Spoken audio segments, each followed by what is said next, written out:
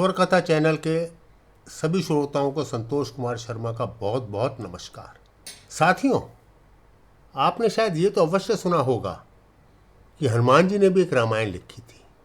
ऐसा माना जाता है कि हनुमान जी द्वारा भी एक रामायण की रचना की गई थी।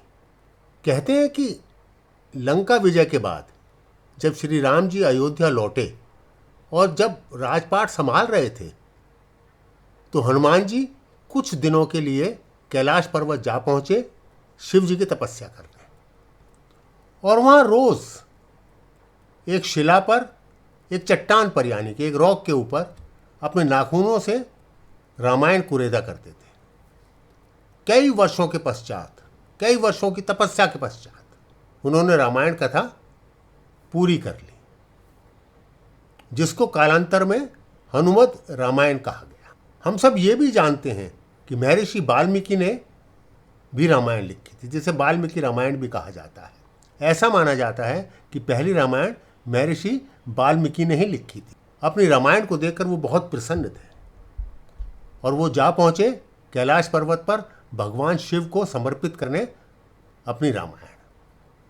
परंतु वहां उनको हनुमान जी मिल गए। तब उन्होंने देखा कि कुछ शिलाओं पर रामायण लिखी गई है, राम कथा लिखी गई है। तो उन्होंने पूछा, ये राम कथा किसने लिखी है? तो बजरंग बली ने कहा कि राम कथा मेरे द्वारा लिखी गई है। जब महर्षि वाल्मीकि ने हनुमान जी द्वारा लिखित रामायण पढ़ी तो वो निराश हो गए। उन्होंने कहा कि हनुमान जी द्वारा लिखित राम कथा इतनी उत्कृष्ट है कि वाल्मीकि की रामायण को तो कोई पूछेगा भी नहीं। वाल्मीकि बहुत चिंता में आ गए। उन्होंने बजरंग बली से अपने मन की बात कह डाली। बजरंग बली ने कहा, कोई चिंता का विषय नहीं है। और उन्होंने वो सब शिलाएं अपने कंधे पर रखी और दूसरे कंधे पर वाल्मीकि जी को बिठा लिया। हजारों मील दूर ले जाकर समुद्र में उन्होंने सब चट्टानें, सब शिलाएं फेंक दी। इस प्रकार से उनकी रामायण जो थी, हनुमान जी के द्वारा लिखी गई रामायण, समुद्र को समर्पित हो गई। महर्षि वाल्मीकि अभी भी बहुत परेशान थे। वो किस प्रकार से अपना आभार प्रकट करते हनुमान जी को, उनको समझ में नहीं आ रहा था। तब उन्होंने एक वचन दिया हनुमान जी को कि हे बजरंग बली, मैं फिर एक जन्म लूंगा कलयुग में, और एक दूसरी भाषा में, जो आम लोगों की भाषा होगी, उसमें रामचरित मानस लिखूंगा और उसके अंदर आपका गुणगान अलग करूंगा। कहते हैं कि वाल्मीकि जी का दूसरा जन्म गोस्वामी तुलसीदास जी के रूप में लिखा था।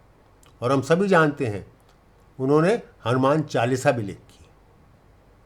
एक और भी कथा है। कहते हैं कि कालिदास जी के समय में एक शिला बहती हुई समुद्र के किनारे आ पहुंची। उस लिपि को वो समझ नहीं पाए जो उनके विद्यार्थी थे, परंतु कालिदास जी समझ गए उस लिपि को देखकर कि वो हो ना हो वो पट्टालिका हनुमान जी लिखित रामायण ही है, जो समुद्र के पानी के साथ बहते हुए उन तक पहुंच गई है। इस विषय में एक कथा और भी है। मैं उस कथा से तो सहमत हूं, परंतु जो उसमें हनुमान जी का वर्णन एक चिपांजी की तरह किया गया है, उस बात से मैं सहमत नहीं हूं। क्योंकि मेरा अपना पूर्ण विश्वास है, मेरा अपना मानना है, और हनुमान जी का जिस तरह से व्यवहार रहा है, आचरण रहा है, मेरा ये पूर्ण रूप से मानना है कि हनुमान जी वानर जाति से थे।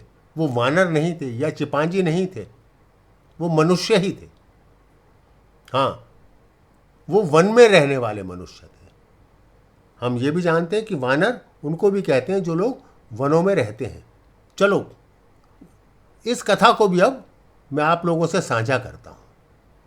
वाल्मीकि जी ने जब अपनी रामायण लिख ली तो बहुत उत्साहित थे, बहुत खुश थे।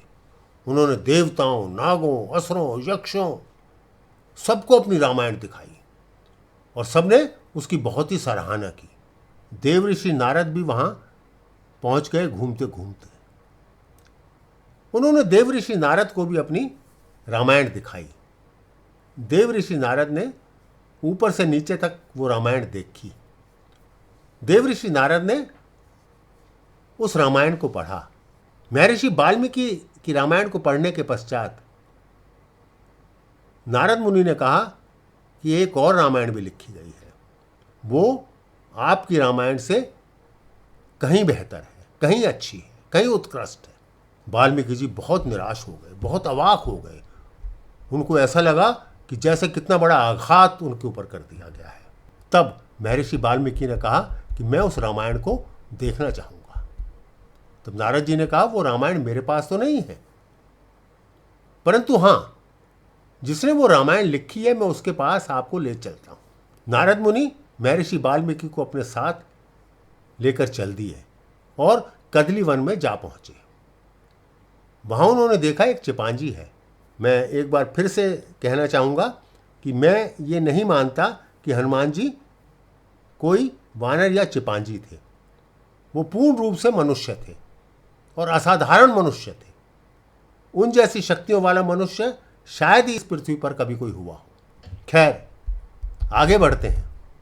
जब महर्षि वाल्मीकि ने उनके द्वारा लिखित रामायण पढ़ी, जो हनुमान जी ने केले के पत्ते पर लिखी हुई थी, तो वाल्मीकि जी निराश हो गए। उन्होंने कहा कि एक चिपांजी भगत इतनी अच्छी रामायण लिख सकता है, ये कैसे संभव हो सकता है? नारद जी ने कहा राम राज्य में सब कुछ संभव है। महर्षि वाल्मीकि बहुत परेशान थे। उन्होंने हनुमान जी को कहा कि तुम्हारी रामायण देखने के बाद, तुम्हारी रामायण को पढ़ने के पश्चात तो मेरी रामायण को तो कोई देखेगा नहीं। आप तो मेरे लिए राहु बन गए हैं, जिसने मुझे ग्रसित कर लिया है, मेरी रामायण को ग्रसित कर लिया है। हनुमान जी तो हनुमान जी थे ना। उन्होंने उन सभी केले के पत्तों को अलग कर दिया जिसके ऊपर रामायण लिखी गई थी, और उनको कुचल दिया, और जो बाकी बचे थे उनको वो खा गए। तब वाल्मीकि जी को अपनी आंखों पर विश्वास नहीं हुआ। उन्होंने कहा कि आपने क्या किया? इतनी उत्कृष्ट रामायण को नष्ट क्यों कर दिया? केले के आखिरी पत्ते को खाते हुए हनुमान जी मुस्कुराए और बोले, वाल्मीकि को वाल्मीकि रामायण की आवश्यकता हो सकती है, परंतु हनुमान को हनुमान रामायण की आवश्यकता नहीं है, क्योंकि राम तो मेरे मन में बसे हैं। मुझे अपना नाम कहीं नहीं चाहिए। मेरा कार्य तो केवल भगवान राम का नाम लेना है। मुझे इससे कोई फर्क नहीं पड़ता किसकी पुस्तक से उनके नाम को याद किया जाए।